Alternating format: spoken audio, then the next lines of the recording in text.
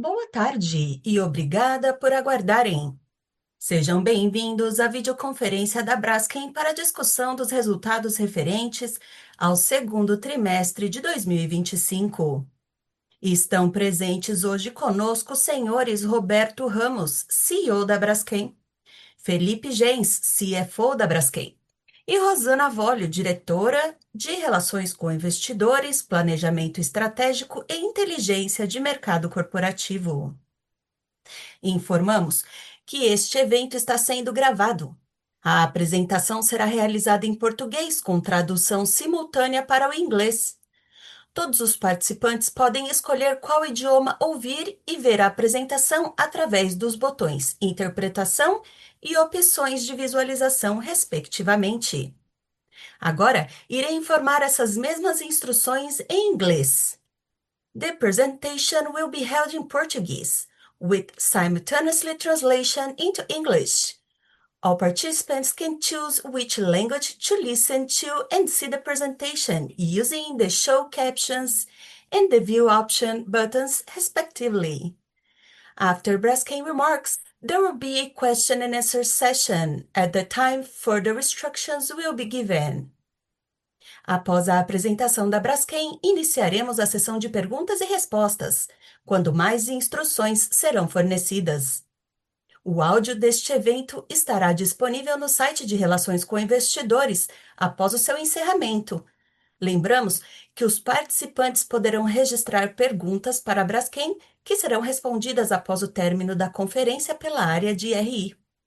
Antes de prosseguir, gostaríamos de esclarecer que eventuais declarações que possam ser feitas durante esta teleconferência, relativas às perspectivas de negócios da Braskem, projeções, metas operacionais e financeiras, constituem-se em crenças e premissas da administração da companhia, bem como em informações atualmente disponíveis para a Braskem.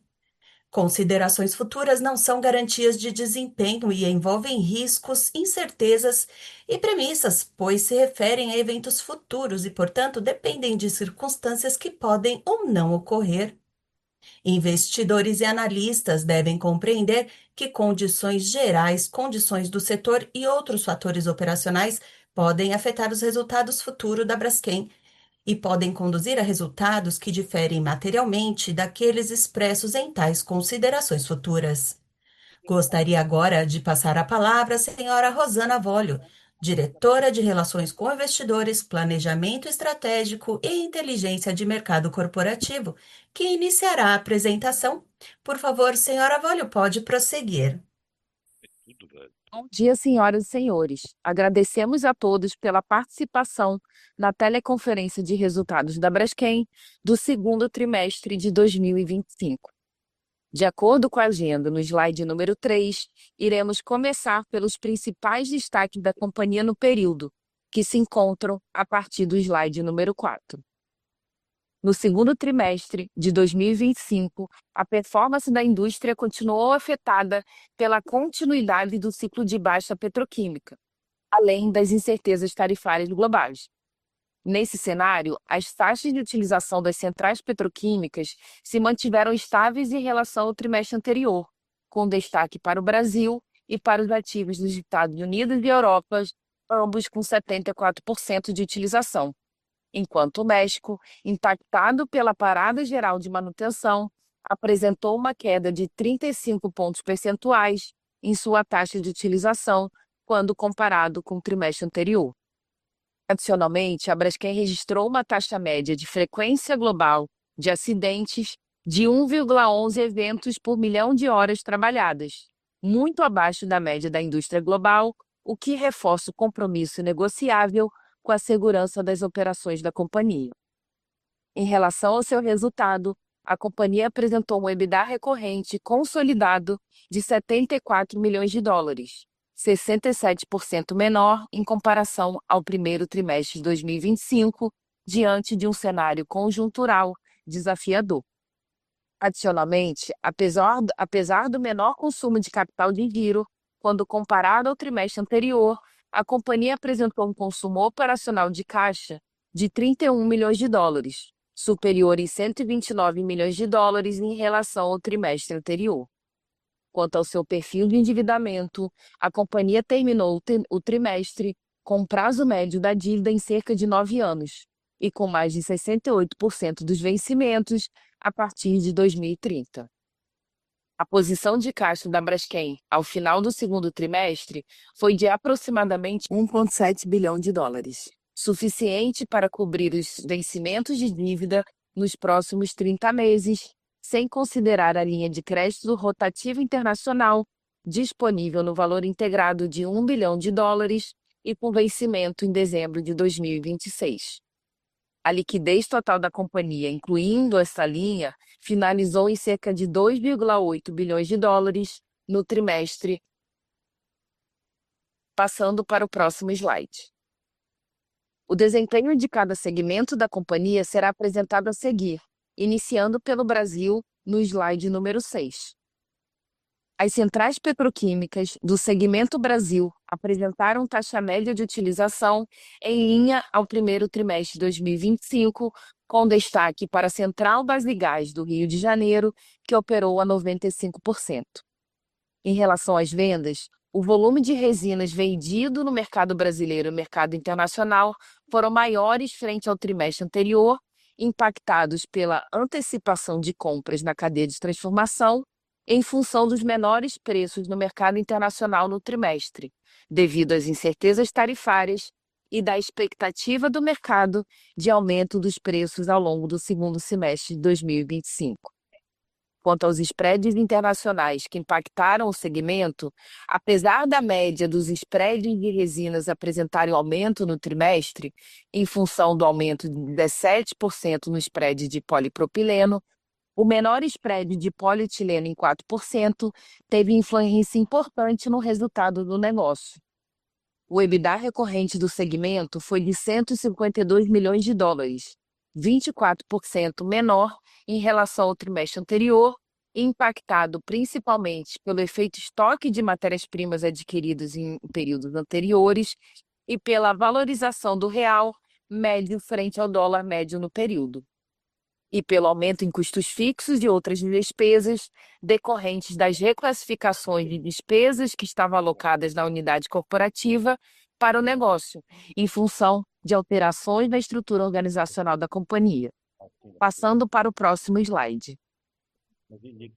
No segundo trimestre de 2025, a taxa de utilização da planta de eteno verde foi de 71%, 16 pontos percentuais inferior ao trimestre anterior, impactada pela otimização de estoques realizada no período. Por outro lado, as vendas de polietileno verde foram maiores, em função do aumento da demanda de novos clientes e de clientes já existentes, com destaque para o maior volume vendido no Brasil em relação ao trimestre anterior.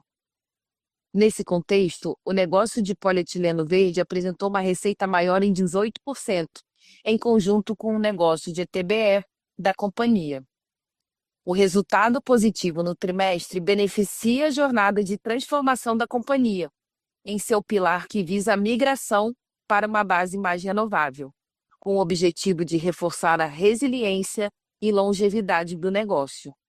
Atualmente, a presença de um ecossistema de inovação próprio, focado no desenvolvimento de soluções renováveis e as parcerias estratégicas firmadas através da Sustainer e da Braskem Cian, suportam o avanço dessa jornada.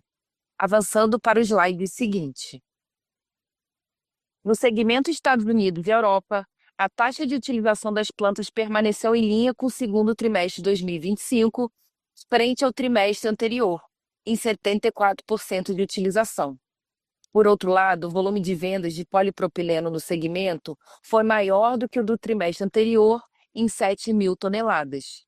Apesar do maior volume de vendas, o EBITDA recorrente do segmento foi negativo em 8 milhões de dólares, impactado principalmente pelo efeito estoque, em função do custo médio dos produtos vendidos, referente a matérias-primas adquiridas em períodos anteriores, o que compensou parcialmente a melhora dos spreads do segmento, e pelo maior DVGA, explicado pelas reclassificações das despesas da unidade corporativa para o negócio, em função de alterações na estrutura organizacional da companhia. Passando para o próximo slide, onde falaremos a respeito do segmento México. No mês de junho, iniciou a primeira parada geral de manutenção da planta da Braskem Idesa, que impactou significativamente a operação do segmento no período, que operou a uma taxa de utilização de 44% no segundo trimestre de 2025. O volume de vendas de polietileno no período também foi menor frente ao primeiro trimestre do ano, impactado pela menor disponibilidade de produto em função da parada programada, além do menor fornecimento de etano pela Pemex, impactando o processo de formação de estoque anterior à parada geral de manutenção.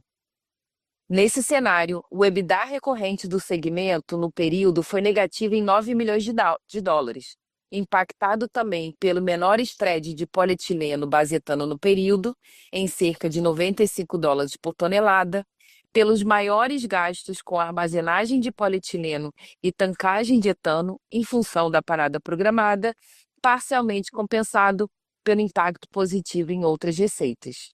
Seguindo para o próximo slide. No segundo trimestre de 2025, o segmento México representou um desempenho impactado por uma combinação de fatores relevantes.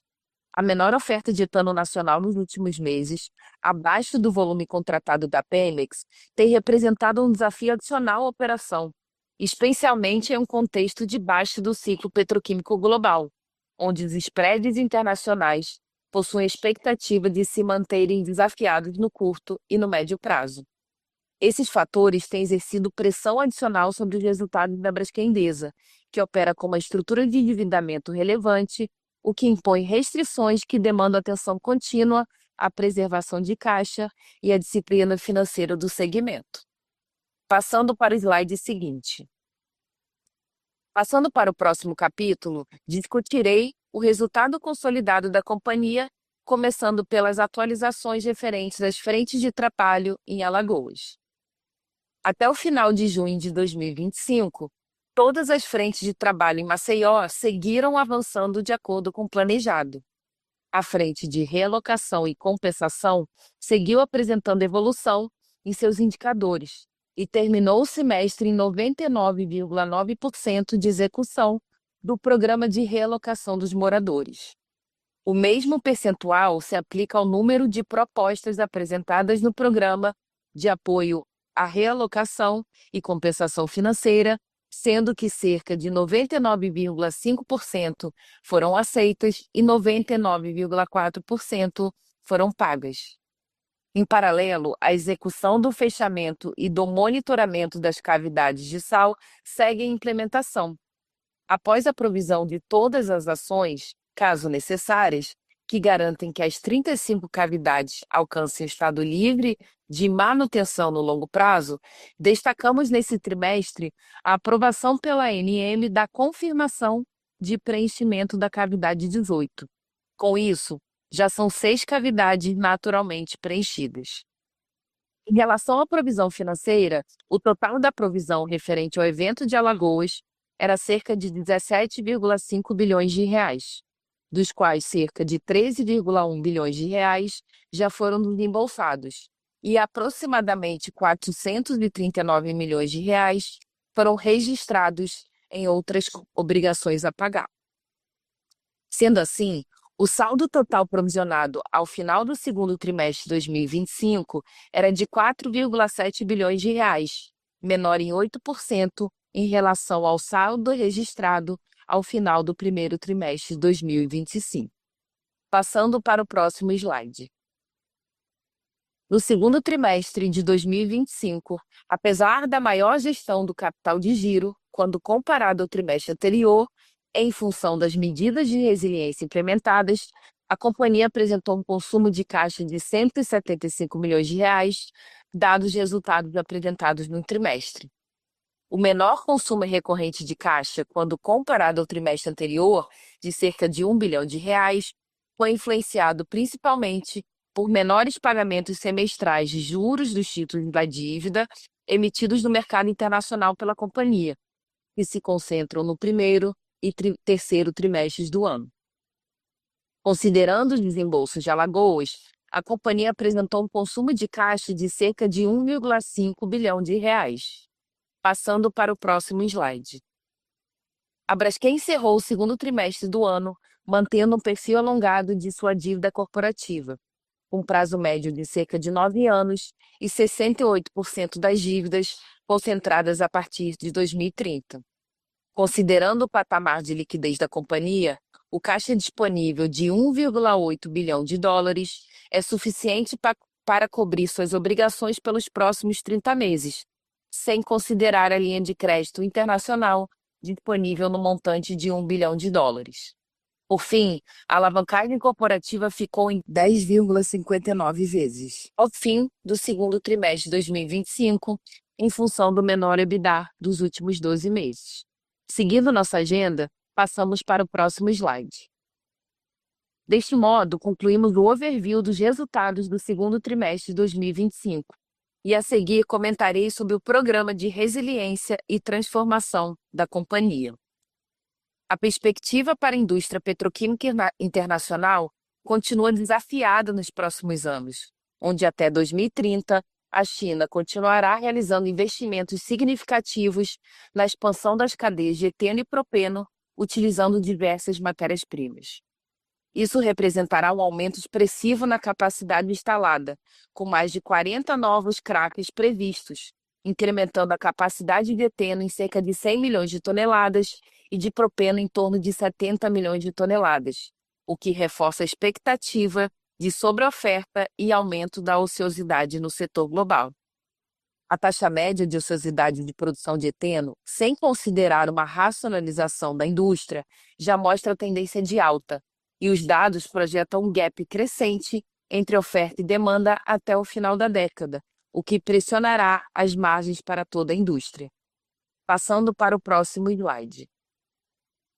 Em um cenário químico e petroquímico desafiador, é importante destacar a importância da indústria química para o Brasil. A indústria química nacional abriga a quarta maior indústria química do mundo, responsável por 11% do PIB industrial e ocupando a terceira posição entre os maiores setores industriais do país.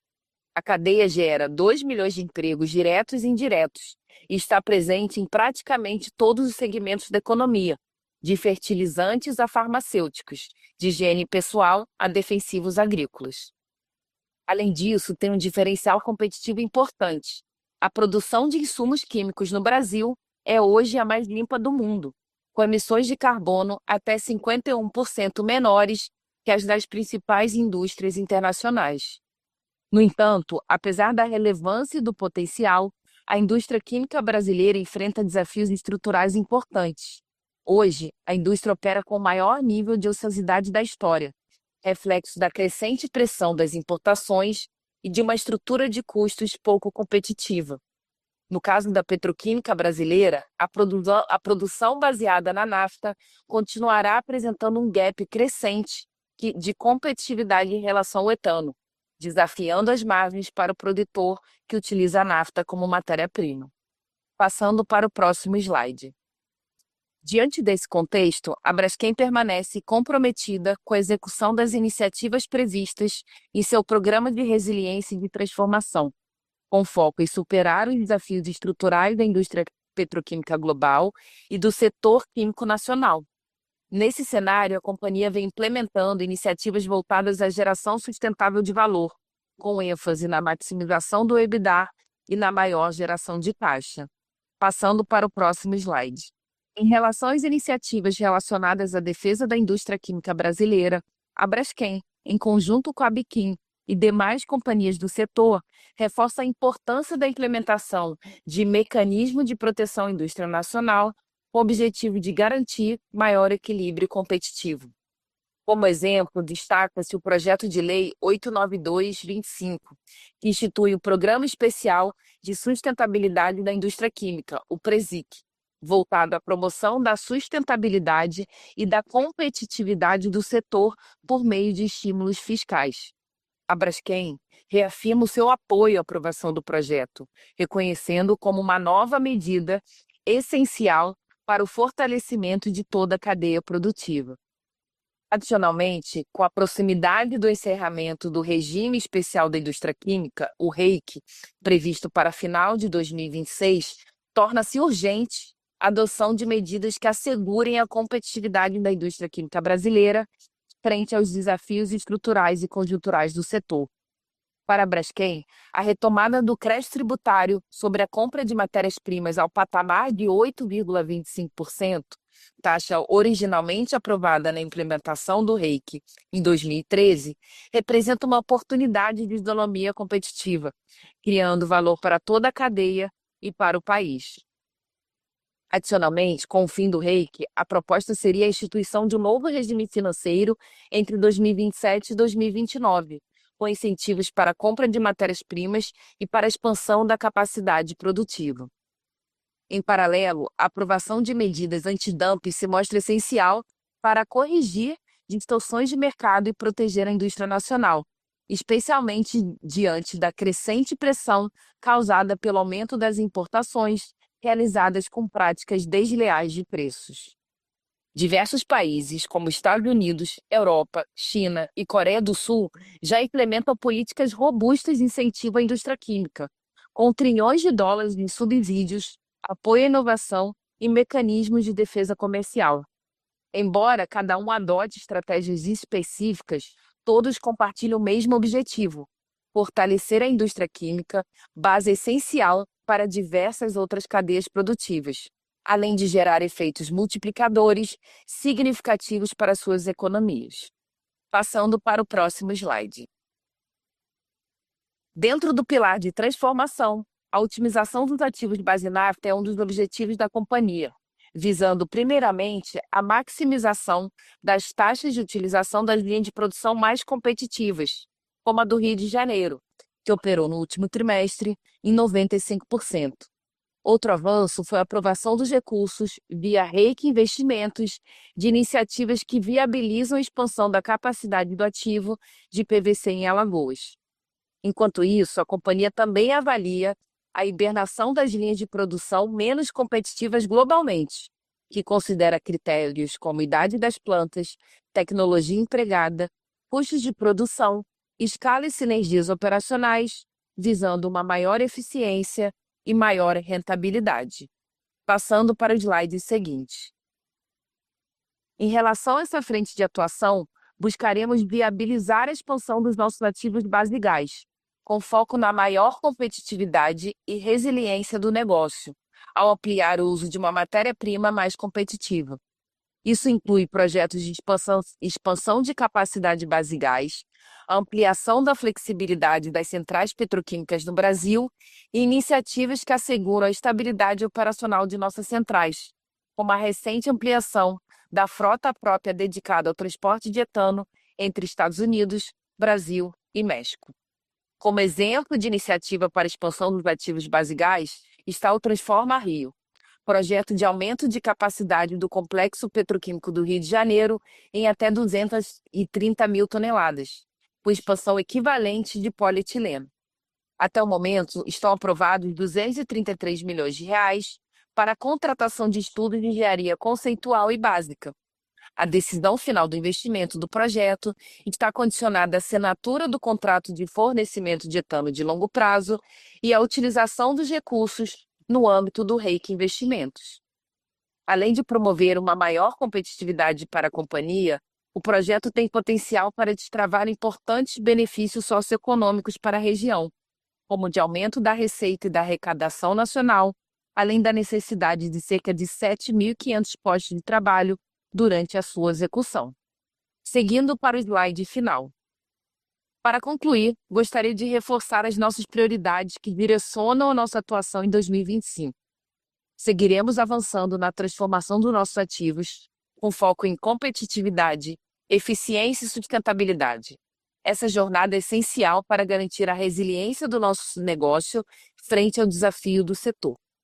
Ao mesmo tempo, implementando iniciativas de contingência para o ciclo petroquímico, com atenção especial à preservação financeira e à gestão do fluxo de caixa, assegurando solidez e responsabilidade em nossas decisões.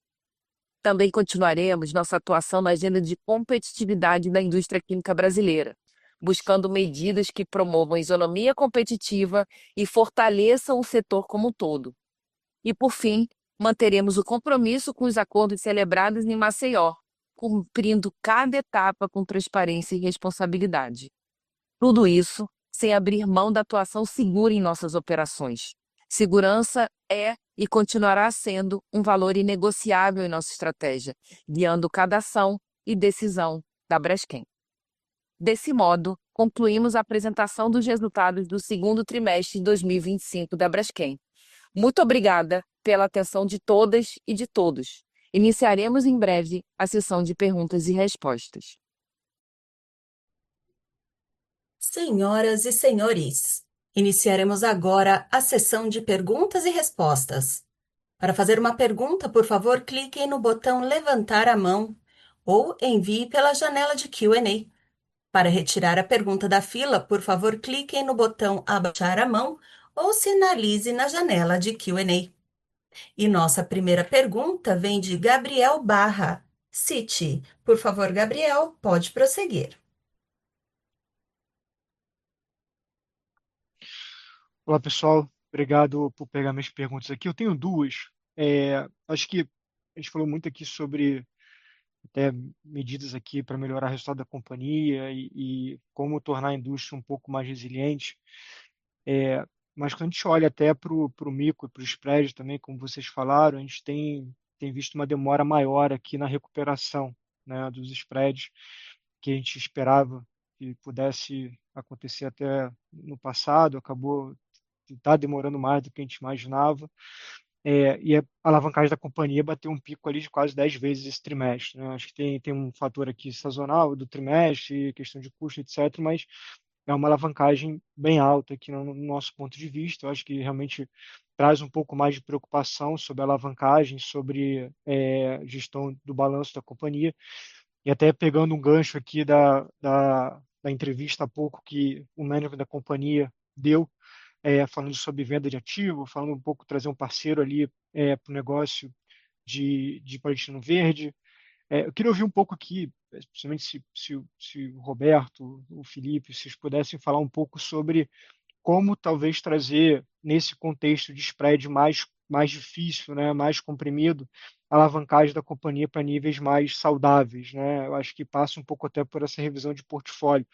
Vocês falaram muito sobre o green, mas se pudesse falar também sobre outros ativos que pudessem vir a ser discutidos ou até racionalização de capacidade de uma forma mais ampla, como a gente deveria ver esse caminho aqui para a alavancagem da companhia nos próximos anos.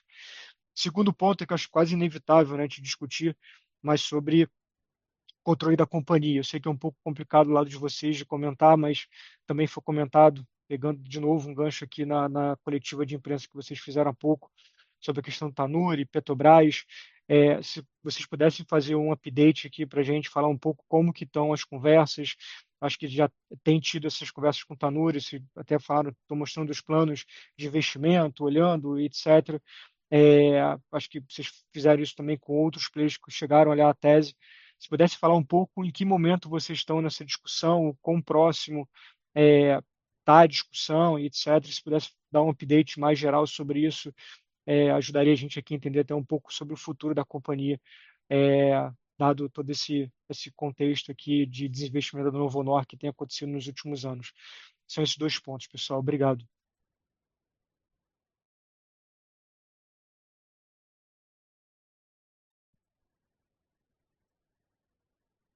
Bom, posso iniciar aqui, Roberto?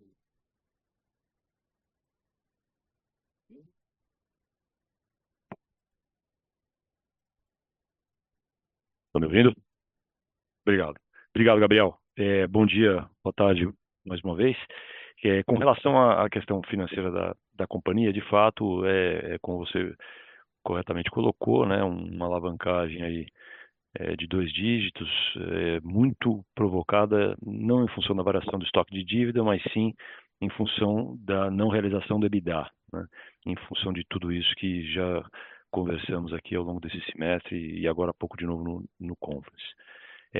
Existe uma série de medidas, que também já foi dito, né, para que a gente possa trazer esses índices a níveis mais ou menos elevados do que esse, e que passam, obviamente, muito da nossa estratégia pelo crescimento do nosso EBITDA através das inúmeras medidas e do plano de transformação chamado o Switch to Gas e o Fly Up to Green, né, que aumentam a competitividade, a produtividade e, consequentemente, EBITDA e geração de caixa para a companhia, né, para que você possa efetivamente ter um nível mais confortável em relação a essa alavancagem.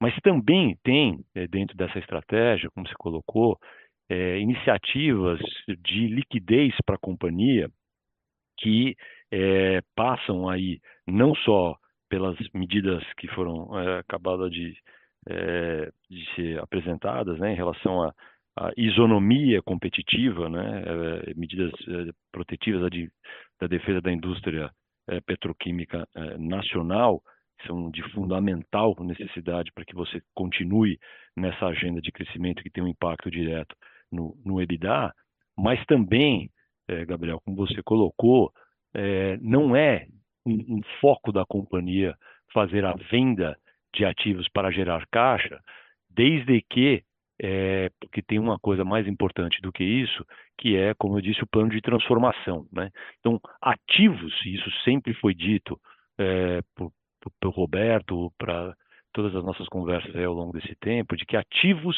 que não estejam necessariamente ligados diretamente ao futuro da companhia, que é o nosso plano de transformação, eles podem eventualmente ser monetizados total, parcialmente, gerando algum caixa para a companhia, né? Isso, obviamente, em momentos que você tem um pouco mais de aperto de liquidez, eles passam a ter alguma importância, mas não é uma venda somente com esse foco. Ele está dentro de um contexto muito maior, muito mais estruturado, que é o nosso plano de transformação, e aí são peças desse plano de transformação que mantém aderência com aquilo que a gente tem conversado com vocês sobre esse possível, eventual participação, redução de participação acionária em alguns desses ativos, né?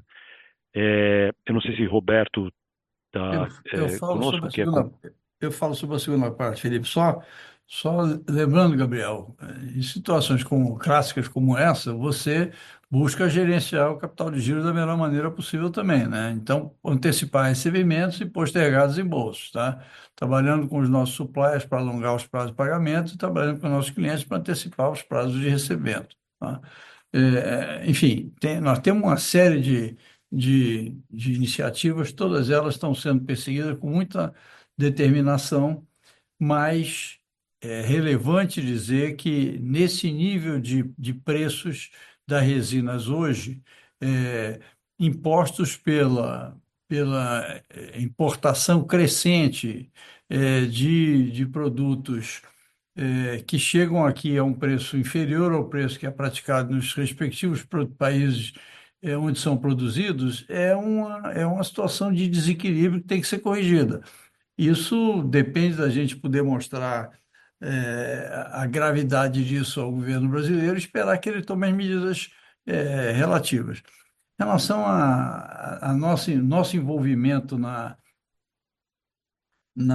operação de venda da participação da Novonor na Braskem, eu acho que é razoável lembrar a todos que quando você tem uma empresa interessada em comprar outra, essa empresa compradora procura informações sobre a empresa que ela vai comprar. É o famoso processo de due diligence. Nesse processo de due diligence, é inevitável que você faça uma management presentation.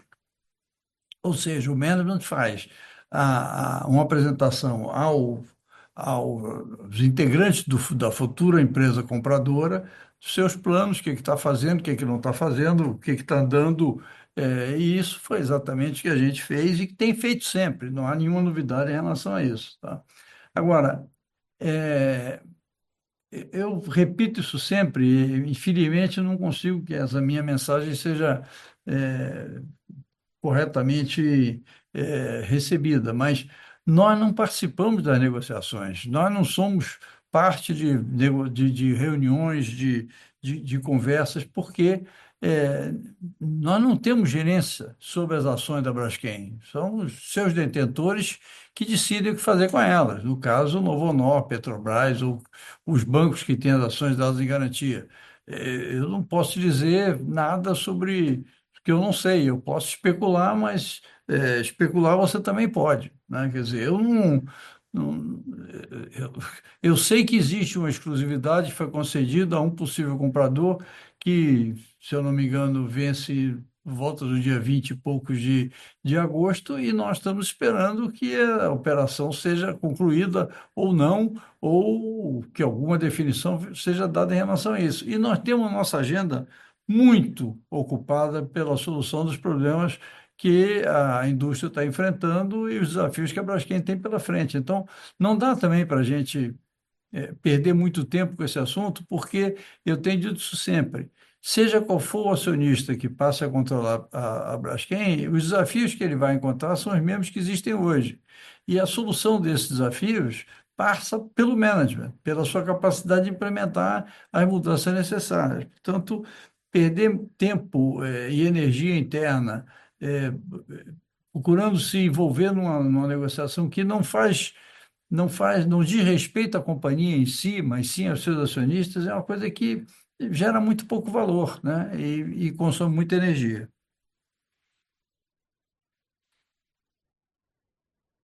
Ótimo, Roberto, Felipe, obrigado.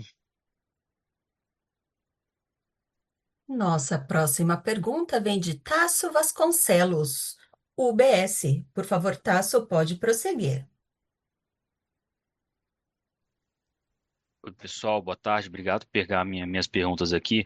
Roberto, deixa eu fazer um gancho com essa sua última fala e também linkar com a sua entrevista de mais cedo. Você chegou até a comentar que um novo acionista controlador poderia eventualmente rever algum dos planos da companhia, né? É, onde você entende que tem mais espaço para essas mudanças? É eventualmente algum tipo de diversificação geográfica, é em alguma parte no business model da companhia, no mix de produto, enfim, não sei exatamente onde que seriam essas mudanças onde você entende que tem espaço para mudanças mais drásticas, né?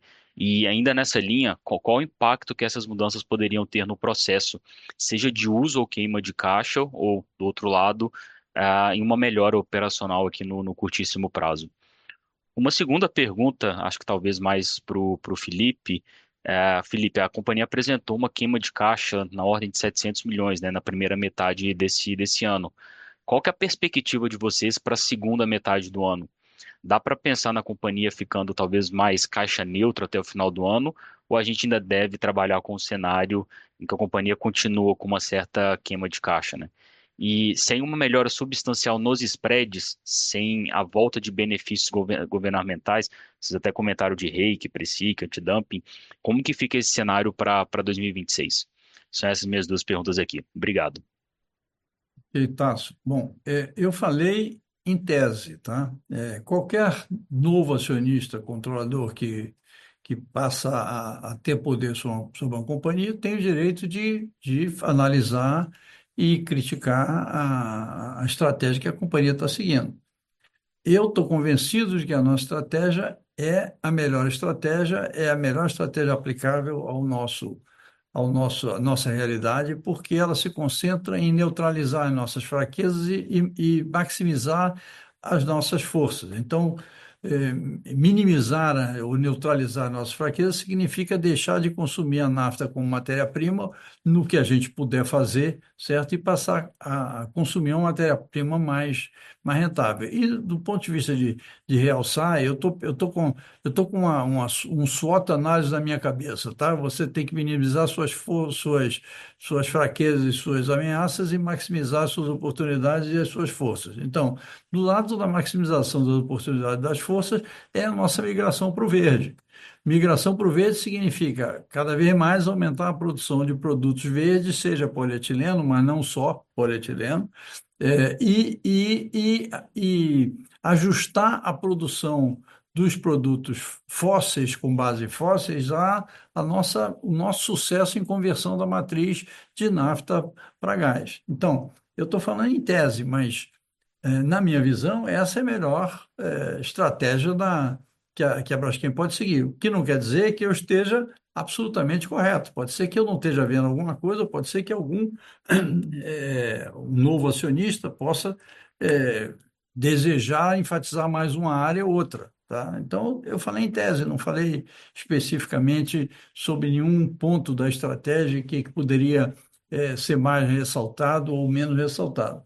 As reações que a gente tem tido da comunidade financeira, investidores, bancos, analistas e tal, é que a nossa estratégia, nas circunstâncias que está a indústria, por falar nisso, a indústria consome caixa continuamente há 2 anos. Não é só a Braskem.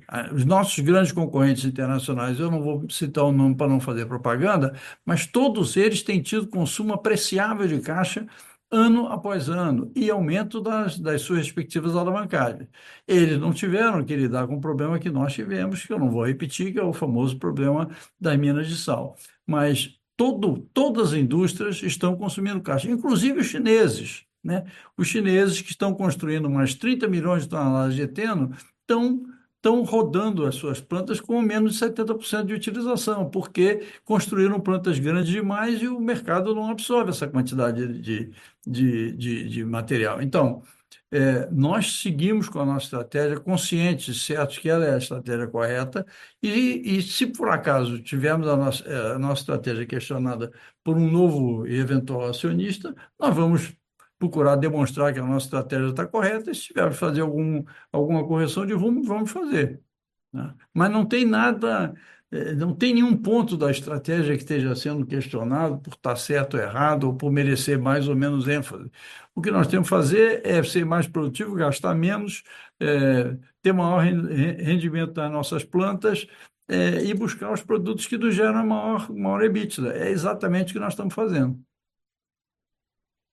E aí, pegando o gancho aqui nesse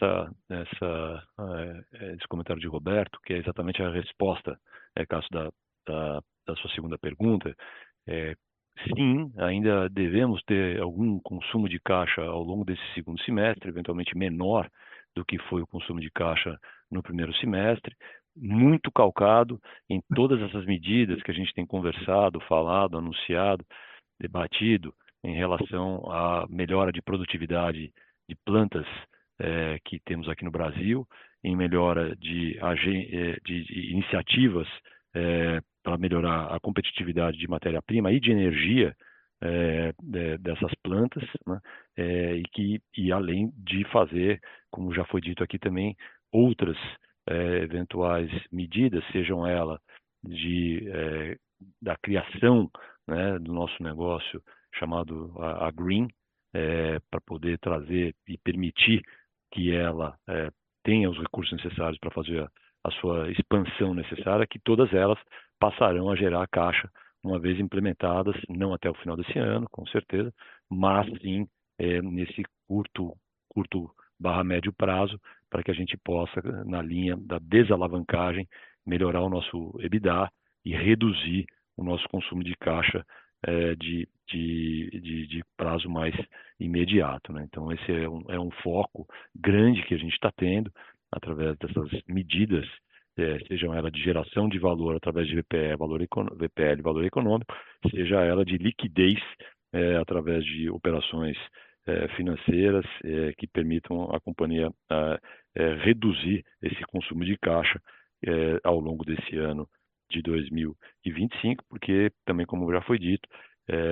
tanto a previsão de spreads quanto de volume ao longo desse segundo semestre não tendem a ser muito diferente do que a gente observou no primeiro semestre. E, naturalmente, é uma consequência do que a gente consegue gerar de caixa operacional dentro da companhia, e aí sim melhorado por essas outras todas iniciativas recém-mencionadas. Beleza, tá claro. Obrigado. Nossa próxima pergunta vem de Vicente Falanga, Bradesco BBI. Por favor, Vicente, pode prosseguir. Obrigado, Roberto, Felipe e Rosana, pelo call. Eu tinha duas também aqui. Queria entender qual a mensagem que a companhia tem passado aí para os bondholders aí, os preços dos bonds aí claramente estão precificando algum tipo de haircut na dívida, né? Estão tradando abaixo aí de 70 o valor de face. Queria entender o que vocês têm falado para esse pessoal aí. Acho que tem muito bond vencendo, só que mais em 2028, né? A minha segunda pergunta, eu queria entender se vocês enxergam hoje os ativos que a Braskem comprou no US lá atrás, da Sunoco e da Dow, como estratégicos. Eu entendo que a companhia lá em 2010, 2012 queria muito aumentar a participação nos Estados Unidos, tinha até um projeto do Kraken lá na Filadélfia, mas por diversos motivos essa expansão acabou não acontecendo. Então, eu queria entender o quão estratégico são esses ativos aí dentro do portfólio de forças aí de vocês. Obrigado. Bom, em relação às nossas plantas nos Estados Unidos, elas são parte integral da nossa estratégia. A manutenção das plantas nos Estados Unidos é de uma importância fundamental para a gente, porque lá estão dois dos nossos três principais laboratórios. O laboratório de Pittsburgh, que é direcionado para tecnologia, produtos e catalisadores para as plantas de polipropileno principalmente, mas também de polietileno, e o laboratório de Lexington, que está dedicado à nossa linha de produtos verdes. Nessa linha, um dos projetos que a gente tem é um projeto de produção de polipropileno verde nos Estados Unidos, a partir de etanol de milho, e, portanto, termos as plantas lá são fundamentais para poder processar o propileno, o propeno verde que a gente viria a gerar. Então, não temos nenhuma intenção de nos desfazer dos, eh, das plantas de polipropileno nos Estados Unidos e eu particularmente, não sou muito fã de pensar em vender ativo para amortizar a dívida. Em relação aos bônus que você falou, a Braskem tem um plano de transformação e de conversão para o gás e para o green que envolve investimentos de grande montante, né? O nosso projeto no Rio, por exemplo, requer investimento de US$ 700 milhões. Para financiar um projeto como esse, você financia com bank financing durante a fase de construção, mas quando você termina a construção, você tem que migrar necessariamente para o financiamento de longo prazo para fazer o casamento de ativos e passivos com a mesma duração. Você não financia ativo de curto prazo ativo de longo prazo com dinheiro de curto prazo e vice-versa. Portanto, qualquer projeto nosso, ele passa por uma fase onde a gente usa recursos da tesouraria ou bank financing para financiar até a construção. Quando você fez o de-risking do projeto, você migra para o mercado de capitais. Para migrar para o mercado de capitais, eu tenho que ter acesso ao mercado de capitais.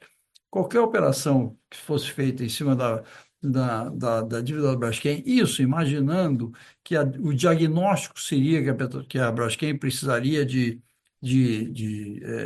reperfilar a sua dívida, iria nos impedir de ter acesso a esse mercado de capitais. Portanto, nós não íamos poder fazer o nosso plano de transformação e não íamos poder fazer os investimentos que a gente precisa. Portanto, do ponto de vista de técnica financeira, não faz nenhum sentido você discutir reperfilar a dívida da Braskem, tá? Além do mais, isso para mim é um diagnóstico equivocado. O problema da Braskem não é o montante da sua dívida, e sim a dimensão do seu EBITDA atual.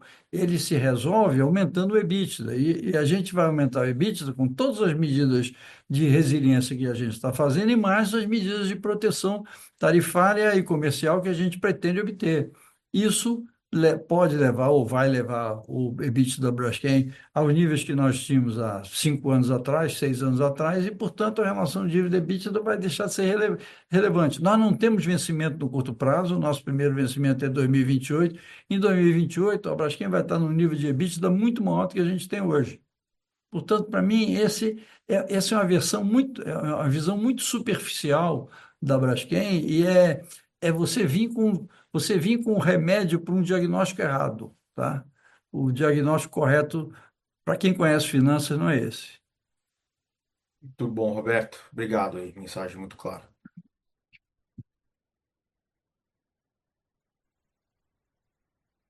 Nossa próxima pergunta vem de Bruno Montanari, Morgan Stanley. Por favor, Bruno, pode prosseguir.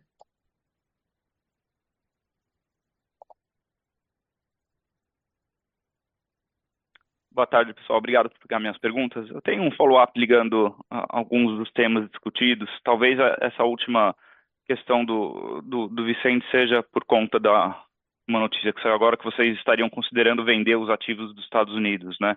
Mas pela resposta me parece que não procede.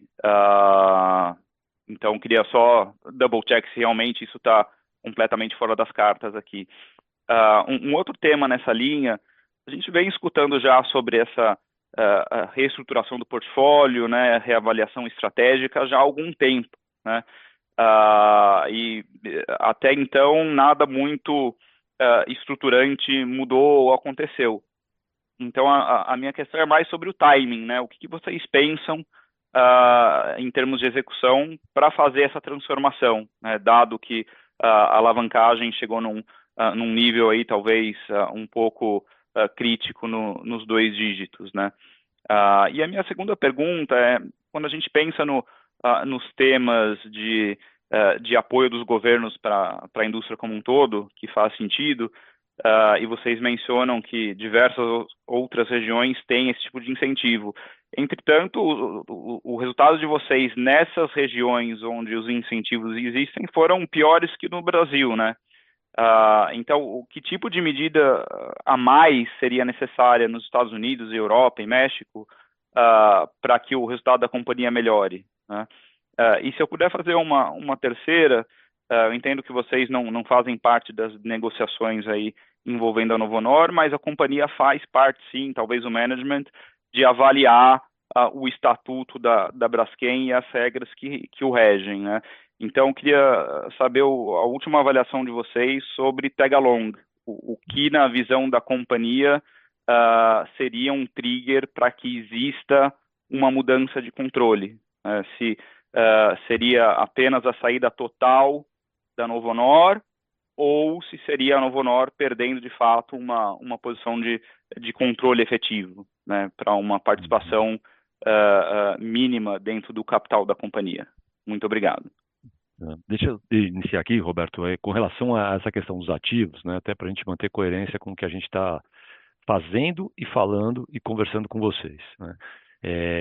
De novo, tudo se remete ao nosso plano de transformação anunciado, aprovado, exaustivamente discutido, explicado agora de novo pelo Roberto, e muitas dessas conversas temos participado conjuntamente e temos recebido um retorno muito forte de que efetivamente esse é o caminho que os inúmeros stakeholders da companhia enxergam para o futuro da companhia e a maneira mais correta de endereçar os desafios atualmente impostos toda a questão da petroquímica mundial, né? Então, feito essa introdução, que é fundamental, porque tudo decorre disso, os ativos que existem, né, sejam eles mais aderentes a este plano de transformação ou um pouco menos aderentes, eles sim podem sempre, e não é de hoje, não serem mais parte do portfólio da companhia, de maneira integral ou de maneira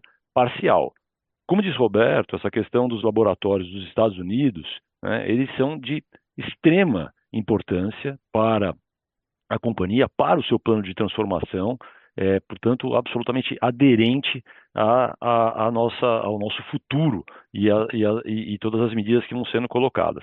O ativo em si, sem dúvida, é um ativo relevante, é um ativo importante, já tiveram ciclos mais de geração de caixa e EBITDA maiores no passado, deverão voltar eventualmente no futuro, e as eventuais possibilidades e alternativas a gente vai estar sempre avaliando, né, desde que isso não nos desvie do nosso plano de transformação, como diz também Roberto, no crescimento da companhia, para que a gente possa endereçar a nossa alavancagem também questionada aí pelo Gabriel na primeira pergunta. Então, assim, é importante que a gente tenha clareza com relação a esse tema, né, de que tudo decorre do nosso plano de transformação e o que tiver dentro ou não dele, sim, pode estar mais ou menos suscetível a eventuais monetizações parciais ou até totais, a depender do ativo que a gente está especificamente discutindo, analisando. Com relação à transformação, é, na verdade, muita coisa está sendo feita, né? Não só falada.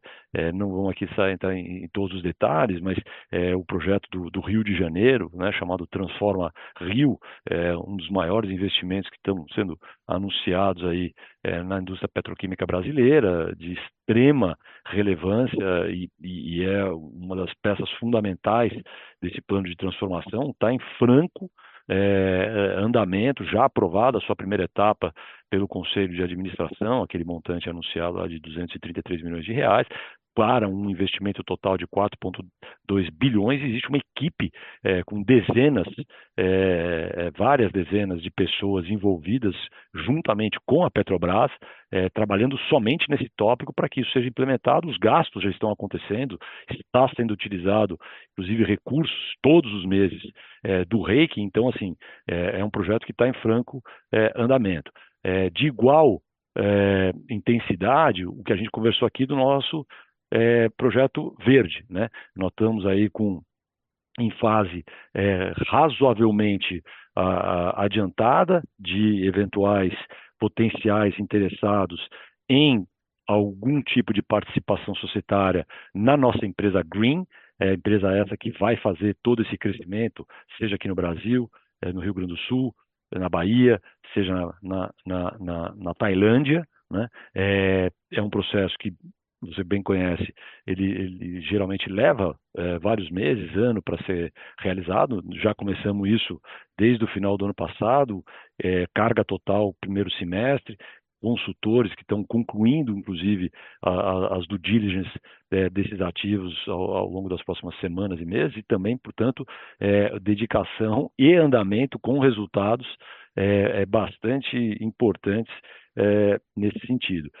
Temos também o tema de Alagoas, que já mencionado aqui também, conversado, uma agenda exaustivamente discutida, detalhada, trabalhada com os diversos stakeholders governamentais, entidades, associações de classe, mostrando a importância de melhorar a produtividade da nossa planta de PVC e com isso, fazendo otimizações na matéria-prima que fornece, né, o material necessário para o desenvolvimento dessa planta. Anunciamos também 88 milhões de reais de investimentos nessa planta para melhorar a sua produtividade. São dois grandes projetos, né, que foram aprovados, tanto de nova tecnologia quanto a produção do PVC em si, em 15 mil toneladas, e a tecnologia mais 20, então são 35 mil toneladas entrando no PVC, e com isso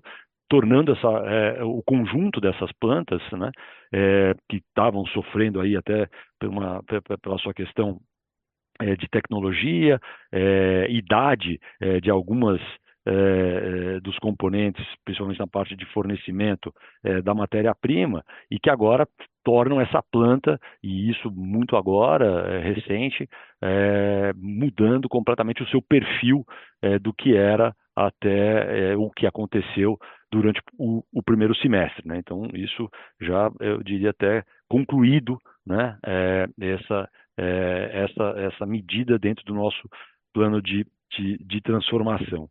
E por último, antes de passar a palavra aqui para o Roberto complementar, essa questão levantada aí sobre se existe ou não existe um tag-along, é uma questão muito jurídica, né? Existe, como você bem colocou, uma definição clara no estatuto da companhia, aberto a todos que quiserem ler e interpretar o que está lá escrito com relação ao que dispara ou não.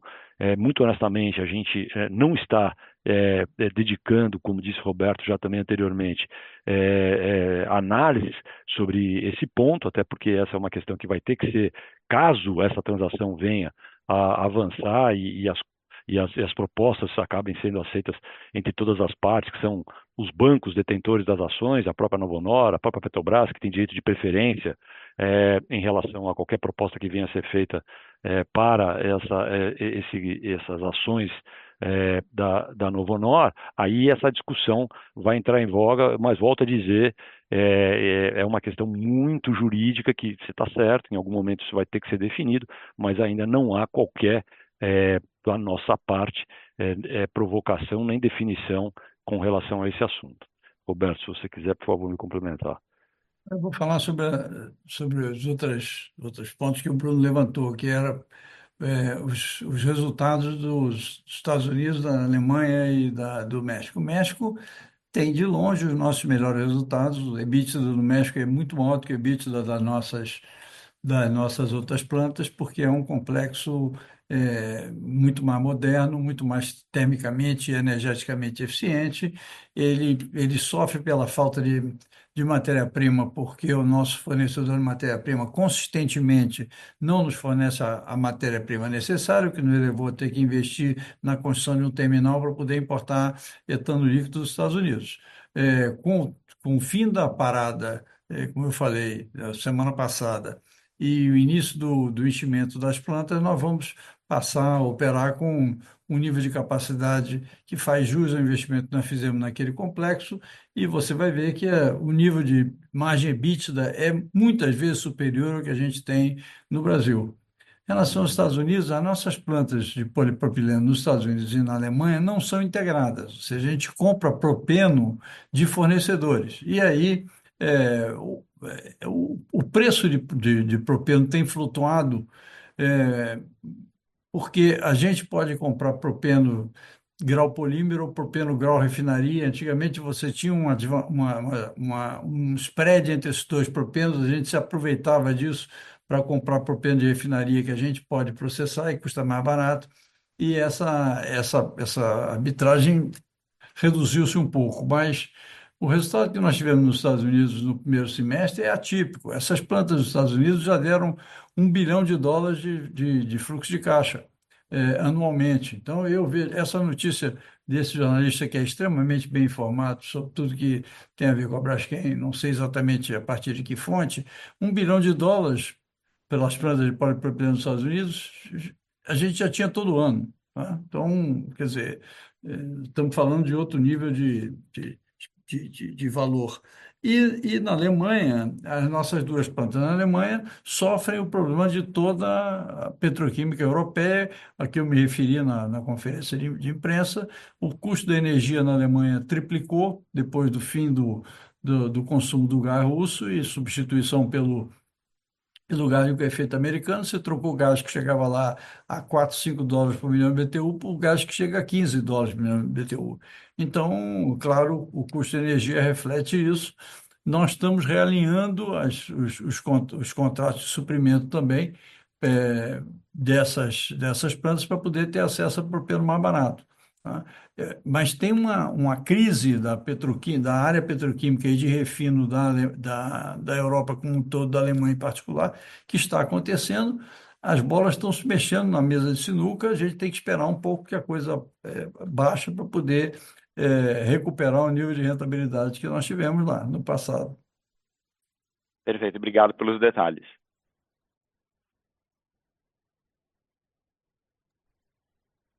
Nossa próxima pergunta vem de Nicolas Fabiancic, Jefferies. Por favor, pode prosseguir.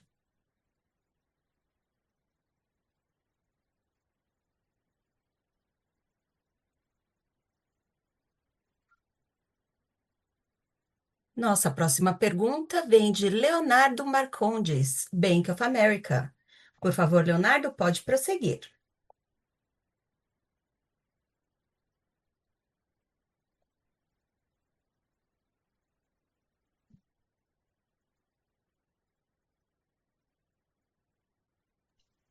Alô, vocês me escutam? Opa. Boa tarde, pessoal. Roberto, Felipe, Rô. Obrigado por pegarem minhas perguntas. Eu tenho duas também aqui do meu lado. Minha primeira, eu queria saber como vocês estão enxergando as dinâmicas de fechamento de capacidade aí no curto, médio prazo, vai, se puder falar talvez de 25 e 26, né?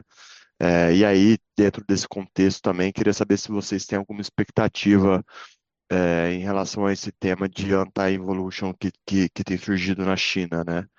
E como isso poderia afetar o fechamento de capacidade, pelo menos no curto prazo. Minha segunda pergunta é sobre essas alavancas de valor que poderiam ajudar a indústria petroquímica no Brasil, né? Queria saber um pouco de vocês, então, o que vocês estão vendo em relação ao timing dessas medidas, né? Se vocês acham que o antidumping pode ser discutido aí na próxima reunião do GSEX ou não, em relação à PL 892, que até recentemente entrou em requerimento de urgência, né? O que dá para esperar também em relação a timing aí, ou o que vocês estão enxergando em relação ao timing dessas medidas? Obrigado. Felipe, deixa eu responder a primeira parte da pergunta. Você e a Rô respondem as outras, e felizmente, essa vai ser a última pergunta que eu vou poder responder, porque eu tenho um compromisso de almoço que eu já estou atrasado. Mas, enfim, é, Leonardo, o que a gente tem muito claro na Braskem é o seguinte: todas as nossas unidades produtoras, são 30 plantas, perdão, 40 plantas espalhadas pelo mundo inteiro, todas elas têm que gerar fluxo de caixa positivo, tá? Quem não gerar fluxo de caixa positivo vai ser submetido a algum tipo de ação. A ação pode ser a troca da matéria-prima, tá? A conversão da matéria-prima, por exemplo, de nafta para gás, ou de um blend entre nafta e gás, ou de outro tipo diferente de matéria-prima, quer dizer, outro tipo de gás que não etano, como é o caso da planta 2 do Rio Grande do Sul, que a gente pretende rodar com propano. Quem não se ajustar a todas as interferências que a gente pode fazer para melhorar a sua produtividade, não tem razão de existência, tá? E nós vamos hibernar ou fechar plantas que não gerem EBITDA negativo depois de todas as medidas de correção que a gente pode tentar fazer. Isso, claro, tem que ser feito de uma forma ordenada, é, fazendo uma menção à pergunta anterior, quer dizer, você não fecha uma planta da noite para o dia, tá? Você tem compromissos comerciais que você tem que satisfazer, você tem integrantes que você tem que realocar, você tem compromissos de, de, de licença de operação que você tem que respeitar também. Então, tudo isso para dizer que você pode até tomar uma decisão, você não implementa uma decisão dessa da noite para o dia. Nós estamos sempre analisando todos os nossos ativos e eu posso garantir a você isso. Aqueles que não puderem restituir a sua rentabilidade ou não voltarem a gerar caixa positiva, vão ter a sua atuação encerrada. Tá claro, mas eu acho que minha pergunta era um pouco mais sobre o que vocês estão vendo em relação à indústria, né? Porque a gente tem visto pouca capacidade de fechar. Eu acho que as plantas, não da Braskem, né, mas da indústria como um todo, globalmente falando, e se vocês têm visto alguma coisa diferente, ou se vocês têm alguma expectativa diferente em relação às consultorias mais mainstreams que o pessoal segue aí também. E aí, nesse sentido, se tem alguma expectativa em relação ao tema de anti-involution na China aí que pegou um pouco nessas últimas semanas, né?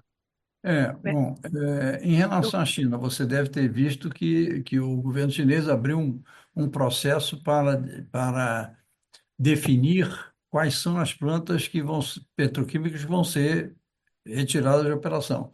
O modelo chinês é você criar uma cerca elétrica, como eles falam, define a necessidade de um determinado produto, no caso dos petroquímicos, polietileno, polipropileno, e deixa que os diversos atores, empresas privadas, empresas estatais, municipalidades, estados, etc., construam as suas plantas, dá subsídio creditício, fiscal, etc.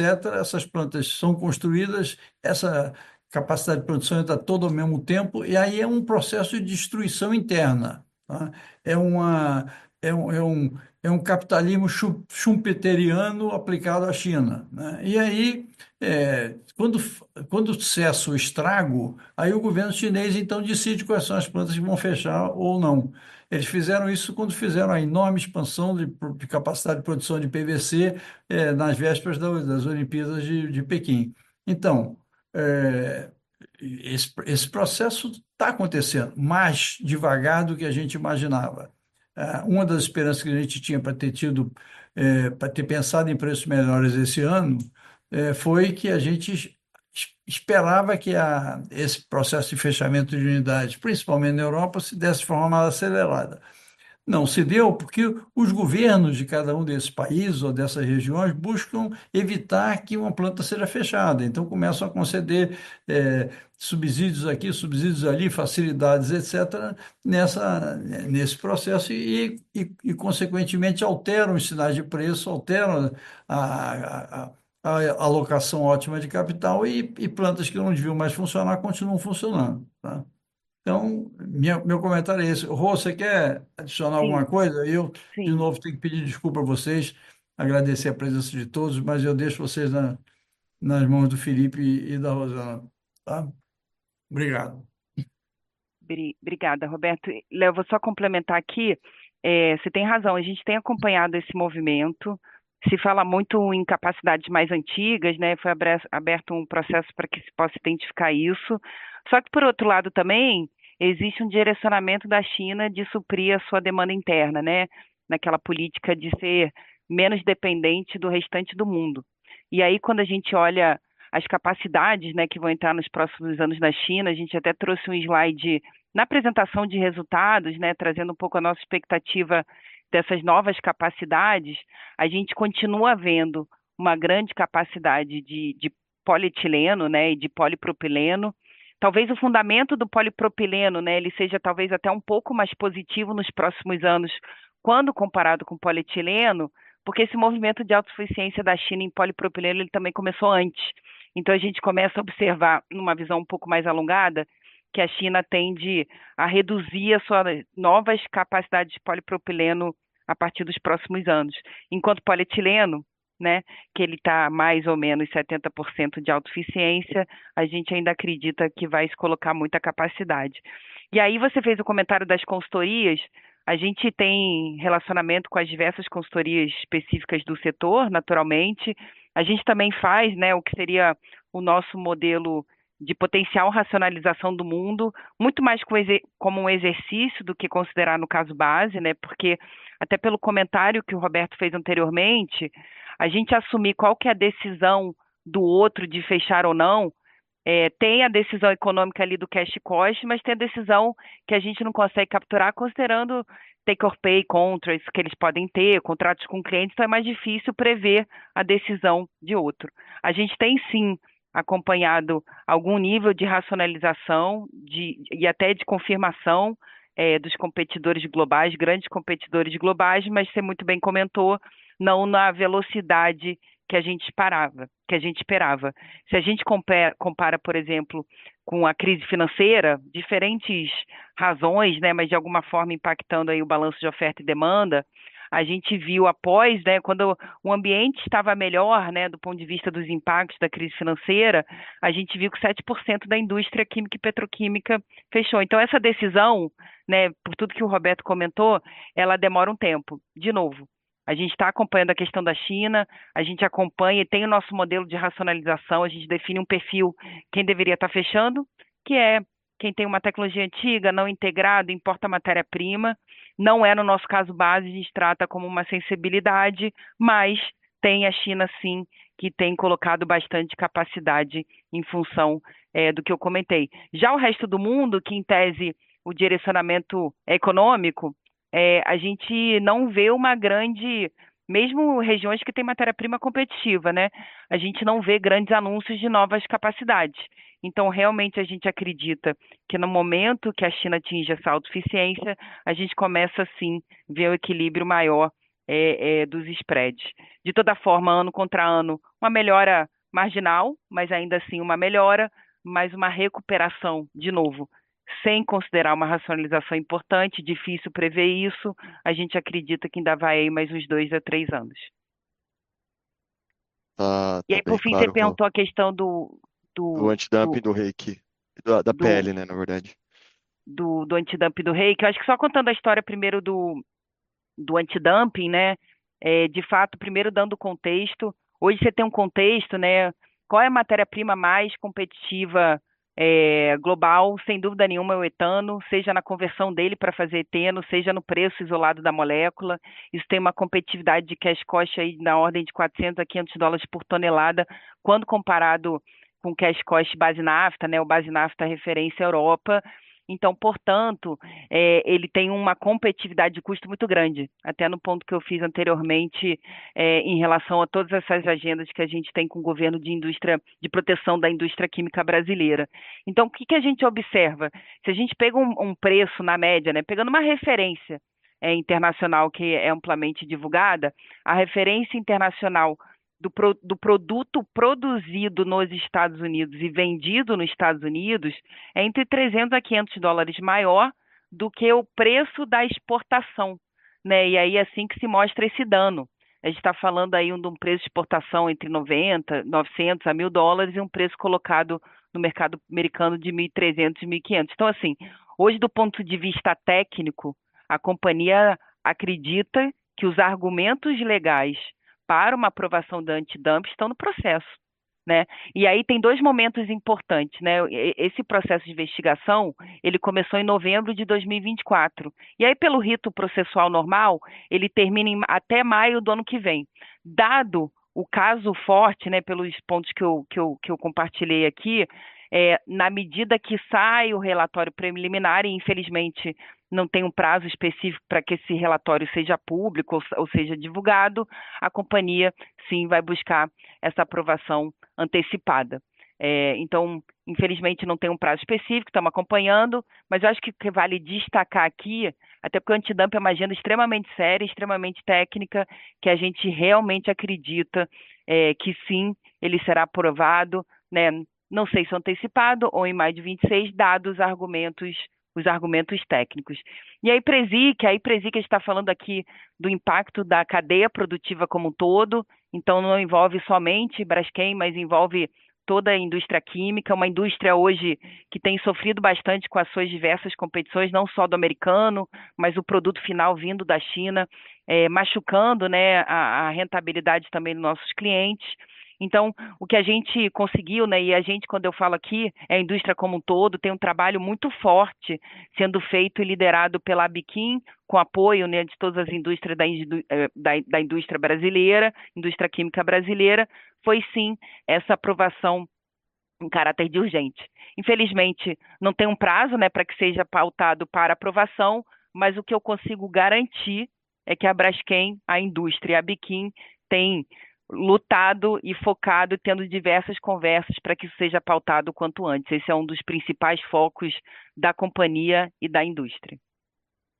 Tá bem claro, Rô. Obrigado aí pelas respostas. Obrigada, Léo. Nossa próxima pergunta vem de Rodrigo Almeida Santander. Por favor, Rodrigo, pode prosseguir. Boa tarde, pessoal. Acho que só alguns follow-ups aqui do meu lado. Acho que, primeiro, falando um pouco da Greenco, acho que talvez a minha intenção aqui é olhar um pouco, talvez, no ângulo meio que de fontes e usos aqui, né? Olhando a Greenco aqui, o que é que a gente espera estar incluso dentro dessa Greenco? A gente tem ali Tailândia, acho que a gente já falou de Brasil, acho que isso estaria dentro. Tem um projeto grande de Biomeg, se não me engano, né, nos Estados Unidos, que não está claro para mim se ele estaria incluso dentro dessa Green Co. E se algum outro investimento adicional, não sei se na Bahia também tem algum plano de eteno verde, acho que também se isso estaria incluso dentro da Green Co. O meu intuito aqui é entender mais ou menos qual seria o tamanho dessa Green Co. para a gente tentar entender quanto valeria esse equity aqui que vocês estão olhando levantar. E aí, a minha segunda parte aqui da pergunta, ela é relacionada aos investimentos que vocês pretendem fazer no Brasil, e aí principalmente no que tange ali os investimentos em logística na Bahia. Eu acho que esses investimentos eles têm algum volume ali razoável, não sei 100, 150 milhões de dólares, me parece algo nessa magnitude. Se vocês fazem esses investimentos aqui de forma similar como vocês fizeram no México lá com a Advário, o que é que vocês pensam em fazer para esses investimentos em logística aqui no Brasil? Se puderem também dar um pouco de cor sobre algum investimento necessário para fazer importação de propano para o Rio Grande do Sul também, acho que ajuda, tá? E aí, só para fechar, acho que talvez seja difícil de responder isso agora, mas acho que vale a pena testar se na Braskem Idesa tem alguma intenção de estudo já para a expansão da planta, dado que vocês terminaram agora o terminal, né? Isso, dado que ela está no JV de uma forma isolada, né? Não sei se vocês têm condições de começar a pensar nisso lá. Obrigado. Muito bem, Rodrigo. Obrigado aí pelas perguntas. Inicialmente, em relação à Greenko, você mapeou bem.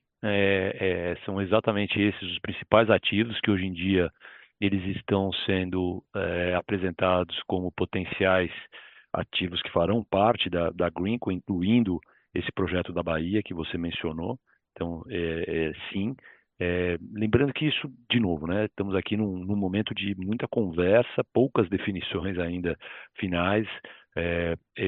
Isso vai começar a ficar mais definido assim que tivermos fechado e recebido eventualmente propostas de potenciais interessados, para que a gente possa classificar e qualificar e precificar de maneira adequada o que é que de fato fica dentro e o que eventualmente fica fora, né? Temos aqui só um tema para discutir, a questão do próprio SAF, né, que também é considerado uma questão verde, hoje não está dentro da Green, até porque ele tem uma dinâmica um pouco distinta, mas, de novo, é um tema que precisa ser devidamente avaliado, trazendo isso só para mostrar que ainda existem questões importantes que estão sendo discutidas nesse exato momento, mas sem nenhuma definição e muito menos aprovação do nosso conselho, né? Com relação aos investimentos, a segunda pergunta, logístico, sim, você está certo. A gente vai requerer alguns investimentos no Brasil de logística, até implementando de novo, né, o plano de transformação que o Roberto menciona, de importação de etano, e no Rio Grande do Sul também de propano, e isso como é que se desenvolve. A gente ainda não tem nenhuma definição. A Advário, sem dúvida, é um potencial candidato, assim como eles fizeram com a TQPM, né, no México, mas não tenho certeza que se eles seriam e teriam efetivamente interesse nesses ativos de logística no Brasil, até porque o volume, e não é muito acima disso que você mencionou, justificaria você montar efetivamente essa empresa de logística, tá? Mas, de novo, isso está no nosso rol de iniciativas, faz parte, sim, você está correto, do nosso plano de transformação, e estamos olhando também qual é a melhor maneira da gente fazer a estrutura de usos para a implementação desses ativos, né? E por fim, hoje, da Braskem Idesa, a nossa capacidade instalada lá é 1.050.000. Pela primeira vez, ela vai poder rodar, uma vez que a TQPM entrar em operação plena, né? Existe ali a possibilidade de expansão de mais 150.000, então passa para 1,2 milhão de toneladas. Isso ele é conversado, não há nesse exato momento uma definição em relação ao timing ideal para fazer essa expansão. Eu diria que uma vez a planta rodando na sua capacidade total, e todas essas questões que discutimos aqui durante essa manhã toda, sobre a questão de mercados petroquímicos globais, e spreads, e volumes, e todas as questões exógenas em relação a não só a Braskem, né, mas toda a indústria petroquímica, para que essa decisão possa vir a ser tomada, e eu diria que isso não está em um estágio ainda pronto de trazer uma resposta mais definitiva de quando é que isso vai ser feito. Se eu puder só adicionar na parte da transformação, Rodrigo, a questão, a gente, Bahia e Sul, né, que você trouxe, aí algumas considerações. A Bahia hoje ela já é flexível, né, ela já tem essa flexibilidade. Ali em 2017, você tem até razão, né? O investimento foi na ordem de 100 milhões de dólares. Então, de fato, hoje a gente consegue ter essa opção de compra de etano e a gente vem exercendo em alguns momentos ou até nos últimos trimestres até um pouco mais, agora menos, né? Que teve esse preço do petróleo que caiu e, portanto, da nafta, mas ele seria zero investimento, né? A gente já tem essa flexibilização em place. Hoje é mais ou menos 15 a 20% do que a gente processa de eteno na Bahia, como a gente anunciou no passado, e não, então não teria nenhum investimento. Então, o meu ponto aqui é, a gente sim consegue criar valor, extrair valor de algo que a gente, inclusive, implementou em 2017 e estamos exercendo essa flexibilidade. E aí, em relação ao Sul, o Sul, apesar de ser plantas bastante antigas, né, ele já foi previsto que poderia rodar tanto com nafta ou propano, né? Então, meu ponto aqui, o investimento, ele seria até um investimento razoavelmente menor, porque diferente desses 100 milhões de dólares que eu comentei na Bahia, que a gente já fez no passado, o ativo ele já poderia processar propano. Então, de fato, ele é basicamente um investimento em logístico que teria um valor menor. Aí, se futuramente, né, porque esses estudos ainda estão em andamentos, se a gente quiser converter para etano, aí sim a gente teria que ver quanto que seria esse investimento. Mas meu ponto aqui é, a gente de fato consegue já extrair valor de flexibilidade que já foram projetadas no passado, seja na origem, ou seja, esse investimento mais recente que eu comentei na Bahia. E aí a parte da expansão da planta é importante, por que é importante a gente nunca testou a planta 100%, e é muito comum que você consegue, de fato, otimizar essa planta de forma que ela roda, inclusive, acima de 1 milhão e 50 mil toneladas, falando no nosso caso, sem qualquer tipo de investimento. Então, esse vai ser o foco total, né? Essa planta, ela consegue produzir quanto?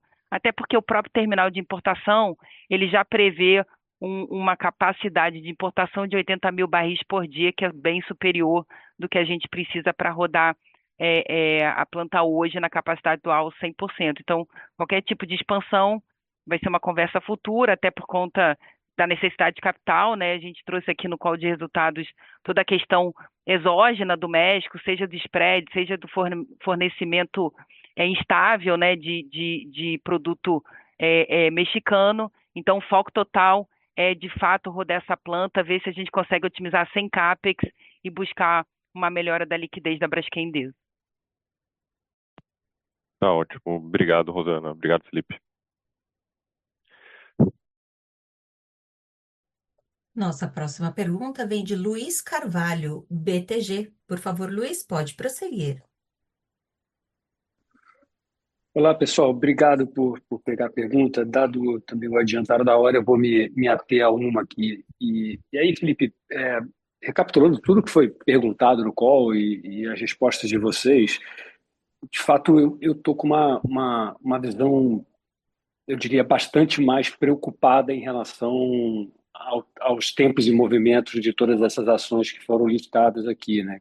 E quando a gente olha a dinâmica de spreads que vocês mesmos colocam, ou de qualquer consultoria, quando a gente olha da lentidão da fechamento de capacidade em outros países, quando a gente olha a queima de caixa da companhia, o nível de endividamento agora, e a gente aqui está discutindo um processo de transformação, eu fico muito preocupado porque no final do dia, daqui a 2 anos, a gente pode estar discutindo sim, vou discordar um pouco do Roberto, um reperfilamento da dívida, né?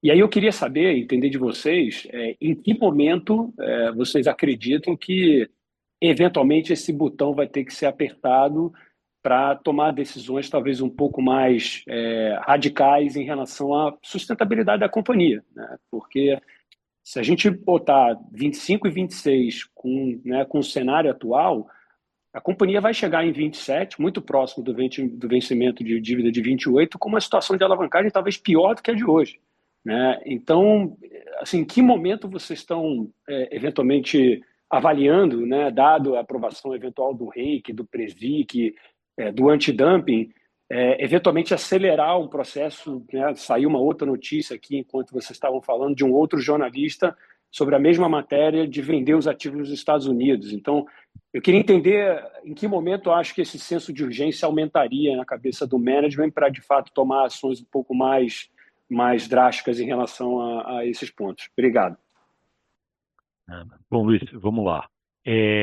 de fato, essa sua pergunta, né, ela envolve aí uma série de variáveis que a gente dá algumas, várias, nós controlamos e outras tantas várias nós não controlamos, como você mencionou, a data exata que vai sair o antidumping, a majoração do REIQ, quando, em que percentual, qual montante, ou seja, tudo isso que tem importantes impactos na companhia, a gente vai administrando, fazendo cenários de quando mais cedo ou mais tarde isso pode acontecer. Então, com isso, né, outro dia fizeram uma analogia, né, quase uma sinuca que você está jogando, só que as bolas não param de se mexer, né? Então você não tem uma situação estática que a gente consegue te dizer com precisão quando é que isso chega. Agora, conceitualmente falando, nós sabemos que, e não é uma coisa que a gente não trabalha internamente, obviamente que sim, né, com diversos cenários, para que quando isso eventualmente comece a trazer alguma situação mais séria de liquidez para a companhia, que a gente possa eventualmente tomar algumas medidas. A gente, como disse o Roberto, não é o nosso cenário atual, não é o que a gente prevê que vai acontecer, mas sempre podem ocorrer, né, tarifaços inesperados, invasões de países e eventos que fogem completamente ao nosso controle e temos que estar preparado para essas situações que muitas vezes elas trazem impacto para a companhia. Então, o que eu posso te falar é que sim, a gente está muito atento em relação a essa agenda, ele não é um tema secundário nas nossas prioridades, pelo contrário, tanto a nível de management quanto a nível de conselho, a gente discute as possíveis estratégias e as possíveis medidas a serem implementadas para o endereçamento de eventuais situações que venham a chegar, várias delas aqui a gente conversou durante esse call, né, para serem efetivamente implementadas, né? Essa questão de novo, né, acabei de ver que você falou aqui num repórter, né, que acabou de publicar com relação a isso, de novo, isso corrobora o que falamos mais cedo, né, de que nós estamos, e até o que eu estou te afirmando agora, né, nós estamos sim olhando essa agenda, tomando as devidas medidas, mas o que é muito importante é sempre dar um passo atrás para ver a questão do conceito, né? Nós temos uma bússola, eu diria, que é o nosso plano de transformação. Volto a mais uma vez falar, aprovado pelo Conselho de Administração, por todos os nossos representantes ali presentes, testado com inúmeros stakeholders, entre eles, né, os nossos financiadores bancários e vocês e empresas de consultoria e bondholders e demais stakeholders e que confirmam que esse é o caminho que a companhia deveria traçar sem nada a acrescentar e sem nada a retirar daquilo que está sendo perseguido, que trazem medidas de liquidez e de valorização econômica de curtíssimo, curto prazo, curto, médio prazo e médio e longo prazo, né? Então a gente está muito focado nessa agenda, aquilo que tiver a possibilidade de eventual liquidez durante esse período, como você bem comentou, né, 27 até 28, que é quando a gente começa, inclusive, a ter os resultados de maneira substancial, porque outros resultados já começam a acontecer, aliás, estão acontecendo. Nesse exato momento, temos essa agenda de transformação, de realocação de algumas plantas menos eficientes, de mudança da matéria-prima, da obtenção da forma de matéria-prima, e com isso parando o cash burn que você tinha até então para passar a ser cash positive, e isso está acontecendo nesse exato momento, né? Tem essas medidas mais de médio a longo prazo, começando a gerar esse resultado. Enquanto isso vai acontecendo, a gente vai implementando essas outras medidas, né?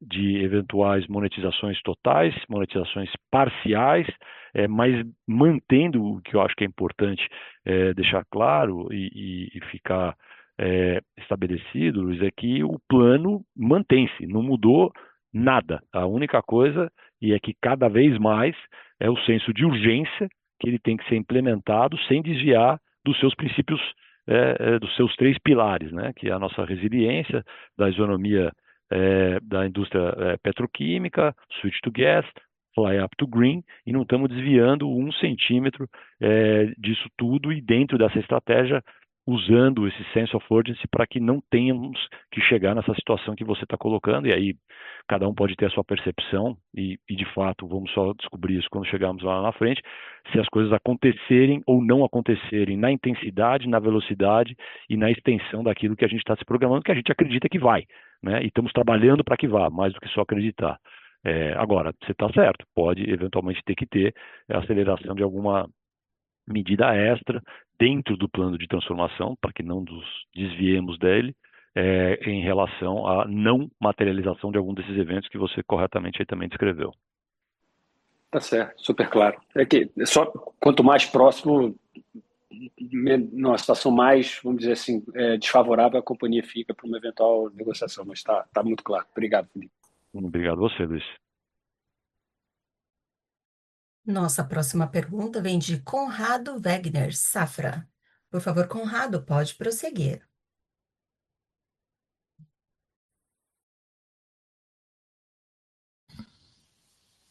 Oi, boa tarde, pessoal. Eu vou tentar ser direto aqui para a gente não se alongar muito. Então, aqui a minha pergunta é mais em referência aí aos planos de expansão na RioPol. Eu queria entender de vocês como que está sendo a participação da Petrobras na discussão para os investimentos, e se vocês acreditam que esteja próximo, aí vocês até colocaram como uma condição para a decisão final, se está próximo aí de ter um acordo para o fornecimento de matéria-prima lá. E a Petrobras também já falou mais de uma vez que gostaria de fazer investimentos ali na área do antigo Comperj para a produção de químicos. Queria saber se teria interesse, enfim, havendo aí o REIQ investimento da Braskem de participar de investimentos para a produção de químicos que não sejam resinas. É isso, obrigado. Oi, Conrado, obrigada pela pergunta. Sobre a expansão da Rio Polímeros, só primeiro dar um contexto. O projeto ele considera uma potencial expansão de 230 mil toneladas.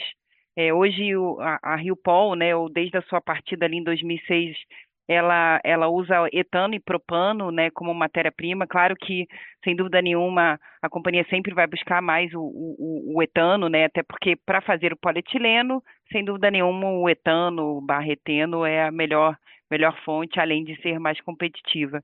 E aí a Petrobras, ela acaba que nesse processo da expansão da RioPol, ela tem 2 chapéus, né? Então, primeiro, sem dúvida nenhuma, no Conselho de Administração, que foi até o que a gente comunicou e a gente fez questão de reforçar hoje, na aprovação do investimento, né? Investimentos acima de 100 milhões de reais, ele é uma matéria de conselho. Então, quando a gente levou ali no início do ano, se eu não me engano, no final de fevereiro, a gente levou essa fase de estudos ainda, ou seja, 230 milhões de reais que foi aprovado pelo Conselho, ou seja, a gente ainda não tem a aprovação final de investimento, a gente acredita muito que é um projeto que vai criar bastante valor para a companhia, como eu disse, ele é a única planta full base gás que a gente tem no Brasil, então tem esse papel do Conselho no momento adequado, e eu já falo o que é esse momento adequado, a gente sem dúvida nenhuma levaria para aprovação do Conselho o projeto como um todo. E o que quer dizer esse momento adequado, né? Qualquer projeto petroquímico, né, sem dúvida nenhuma, ele inicia com um contrato de matéria-prima. Matéria-prima ele é essencial para a perpetuidade de qualquer projeto, para a geração de caixa daquele projeto, porque é o primeiro input, o input, inclusive, o mais importante. Então, sim, nesse outro chapéu da Petrobras, né, que eu comentei, a gente vem discutindo um contrato novo para que a gente possa utilizar esse etano que a Petrobras vem informando que tem mais disponibilidade, enfim, desde o ano passado, com o início da Rota 3. Então, essas discussões estão em andamento, a gente está confiante, faz total sentido no contexto até de sinergia, né? O etano, ele tem uma limitação no que ele pode ir na corrente do gás natural, até pelo poder calorífero do etano. Então, ele tem uma grande sinergia para as 2 empresas. Então, isso está acontecendo, saindo, sem dúvida nenhuma, é uma parte relacionada, a gente divulgaria assim como a gente fez com os outros contratos que a gente tem. A gente tem alguns contratos com a Petrobras hoje, o próprio contrato atual da Rio Polímeros é com a Petrobras, contratos de nafta, Inclusive, esse é um ano importante, né? Porque a gente não só está discutindo esse novo contrato, que vai ser importante para a implementação da estratégia de transformação, mas a renovação dos contratos que a gente fechou ali entre 20 e 21, 5 anos, então a gente está nesse momento também. Então, são os dois papéis, né, que a Petrobras tem. Então, um é no conselho, nessa aprovação de investimento, e o outro a gente vem conversando com o time de matéria-prima para que se possa viabilizar o projeto. E aí o segundo, que é extremamente importante, hoje, né, claro que a gente ainda está fazendo o detalhamento da engenharia e, portanto, do CAPEX final, mas hoje tem uma estimativa de mais ou menos 700 milhões de dólares, uma estimativa inicial, e sem dúvida nenhuma é importante, até no ponto que eu fiz anteriormente sobre o Presic, né, o REIC Investimentos, a indústria química brasileira quer construir a química do futuro. Isso parte, seja pelo gás, seja pelo próprio verde, etanol, etc. e tal. Então, a aprovação do Presic, ela não só ela endereça a questão do Presic matérias-primas, né, e que a gente está falando de competitividade em relação à indústria, mas ela também trata o Presic investimentos. Então, o que a gente tem buscado, a gente, outras empresas do setor e a Associação Química Brasileira, é que, de fato, o Presic seja aprovado. A Braskem suporta integralmente a aprovação do Presic por conta de competitividade atual, mas pensando no futuro. Então, a ideia da companhia, sem dúvida nenhuma, em aprovada, é que a gente vá usar os recursos do Presic Investimentos para a implementação do REIC. Hoje, para a implementação da expansão da Rio Polímeros. Hoje, inclusive, esses 230 milhões de reais que eu comentei, que já foi aprovado pelo Conselho, a gente, inclusive, já está utilizando os recursos do REIC Investimentos. E aí, na sua última pergunta sobre o Comperj, qualquer decisão de novos investimentos é uma decisão de alocação de capital da companhia, né? E aderência, sem dúvida nenhuma, à estratégia corporativa da companhia, que hoje está totalmente clara aonde a companhia quer chegar. Então, a depender, né, se houver essa oportunidade, se houver essa aderência, a companhia sempre vai avaliar e vai ver qual é a melhor alocação de capital num contexto de retorno desse capital empregado. Então, essa é a decisão empresarial que a gente teria em caso de ter algum tipo de projeto de químicos. A Braskem, a gente fala muito uma empresa petroquímica, mas a Braskem é uma empresa química e petroquímica, né? Se a gente pegar sobre um olhar de receita, mais ou menos 20% da receita ela vem desses diversos produtos químicos que a gente produz no Brasil. Então, é isso que a gente olharia, né? Retorno de capital empregado, retorno do investimento e aderência estratégica, dada essa estratégia muito clara que a gente divulgou no ano e estamos perseguindo desde então. Tá ótimo, perfeito. Muito obrigado, Rosana. Nossa próxima pergunta vem de Regis Cardoso, XP. Por favor, Regis, pode prosseguir. Boa tarde, pessoal. Felipe e Rosana, obrigado pela discussão bem detalhada até agora. Perguntas rápidas aqui, mais voltadas para o resultado do 2Q em particular. Eu entendo que houve um efeito contábil do giro de estoque. Queria saber se esse efeito, vamos dizer, se reverteria então no 3Q com a subida do preço do petróleo e da nafta. E também pensando no capital de giro, eu esperaria uma liberação maior de capital de giro no 2Q, dado que teve esse efeito de queda de preço, né? Aí talvez ele tenha sido compensado pela constituição de estoques para as paradas ou coisa do gênero. Então, a pergunta é mais no sentido se o 3Q, se esse efeito de giro de estoque implica para o 3Q uma liberação de capital de giro e um EBITDA mais alto. Essa é uma pergunta. A outra, talvez um pouco mais específica também, por que a taxa de utilização especificamente do PE verde foi mais baixa? Estou entendendo que a gente falou muito aqui ao longo da conversa sobre priorização da Greenko, né? Então, enfim, imaginaria que essa parte do ativo talvez estivesse com uma utilização mais alta. E se me permitir uma terceira, rápida, eliminação do EBITDA no consolidado, foi um número bem negativo no TRI, eu não sei se teve alguma coisa, vamos dizer, que seja importante a gente entender, pensando na dinâmica para os próximos períodos. Obrigado. Regis, obrigado você, boa tarde. E com relação à questão de giro de estoque, né, você deve ter visto que no primeiro TRI a companhia teve um consumo de caixa, porque ela foi em função de paradas que estavam sendo programadas e em função de estratégia também com relação às suas previsões de preço, fez uma formação de estoque. Então esse estoque teve a melhoria com uma redução agora no segundo TRI, e é esse o impacto que a gente vê especificamente no segundo TRI de 2025, não como uma estratégia para o terceiro TRI, mas sim como decorrência mais do primeiro TRI, e agora talvez o terceiro TRI mais em linha com o giro normal operacional da companhia. Tá?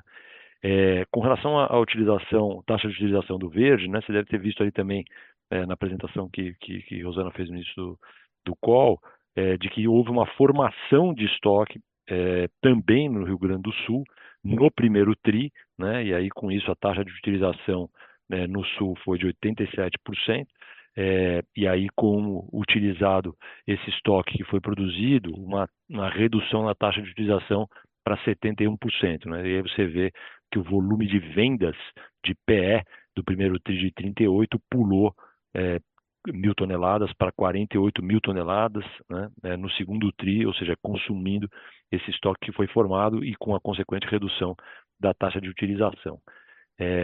Com relação à questão do impacto negativo do EBITDA, você quer dar por favor? Sim, e só considerar que o efeito estoque que você comentou, né, e só no primeiro TRI, segundo TRI no EBITDA, você vê pela mais contribuição. E aí, só dando contexto desse efeito estoque, a gente, hoje, né, nas taxas de operação atuais, a gente, 50%, tá? Mais ou menos, a gente importa essa nafta, né? A Braskem fez essa mudança de importar mais nafta ali, principalmente quando houve a mudança ali do output das refinarias da Petrobras, que a gente teve que fazer esse shift. E aí, quando a gente importa essa nafta, considerando do momento que a gente compra até esse momento que ele está no estoque, né, como produtos acabados, ele gira mais ou menos em 4 meses. Então, se você observar, houve uma queda grande, né, vou chamar assim, do preço do petróleo, principalmente ali entre março e abril, e, portanto, da nafta. E se carregou esse preço bem mais baixo, mais ou menos $550 por tonelada de nafta ao longo do segundo trimestre. E aí a gente ainda estava carregando essa nafta um pouco mais cara. Então esse é o principal efeito. Se você pegar essa bridge de EBITDA entre o primeiro e o segundo TRI, tem mais ou menos uns 130, 150 milhões de dólares de impacto negativo de margem de contribuição, onde mais ou menos esse efeito desse efeito de estoque está ali. E aí foi principalmente no Brasil, até por materialidade de produção, e teve alguma coisa também nos Estados Unidos, tá? Então, e aí quando você olha no terceiro TRI, ele se reverteria se esse movimento inverso acontecesse para o terceiro TRI. Hoje a expectativa, e até olhando o consenso, né, consultorias externas e até da companhia, é um petróleo que vai ficar mais ou menos no patamar de $70 por barril, e, portanto, esse crack spread, né, que a gente está vendo agora até com desconto, ele deve se manter nos patamares atuais, o que levaria uma nafta entre 550 a $570 por tonelada, dependendo da consultoria. Então, assumindo que isso é uma verdade, a gente não deveria se ver esse efeito estoque positivo, né, no seu questionamento. E aí, por fim, em relação à eliminação, a gente, sem dúvida nenhuma, o que a gente reporta, né, a gente reporta a ótica de produção, até porque os negócios, segmentos reportáveis, eles têm fundamentos e até valor, né, destravas de valor potenciais diferentes, e, portanto, essa é uma mudança que a gente fez ali mais ou menos em 2015, 2016, então tem esse efeito de eliminação entre os negócios, mas o mais material aqui, até porque a gente já faz uma grande eliminação quando a gente reporta, é ótica de produção, né, o driver aqui do nosso time de relações com investidores. A gente tem aqui um movimento contábil, né, que é da CPC 47, que é aquele faturamento que ele aconteceu, mas ainda não entregou no cliente, então tem uma eliminação importante nesse sentido. E o outro efeito que a gente tentou explicar ao longo do release nos negócios, a gente teve mudanças, né, na estrutura organizacional da companhia, e aí todo o custo fixo, né, da unidade corporativa, ela fica ali depois que eu estou reportando os negócios, né, os EBITDAs de segmentos, por função dessa mudança na estrutura organizacional da companhia, teve mais ou menos uns $14 milhões que de fato foi uma mudança de conta, digamos assim. E aí, se você olha até historicamente, né, pegando ali o valuation book, ela varia, né, sem dúvida nenhuma, mas se você olhar numa visão de módulo, até ela está até em linha do que tem sido os trimestres, né? Houve um trabalho muito grande, inclusive, em função dessa ótica de produção, que essa linha de eliminação seja o menor possível, né, para não carregar uma série de ajustes gerenciais. Perfeito, super detalhado. Obrigado. Obrigada, Regi. Encerramos neste momento a sessão de perguntas e respostas. A videoconferência da Braskem está encerrada. Agradecemos a participação de todos Mais e uma. tenham uma boa tarde.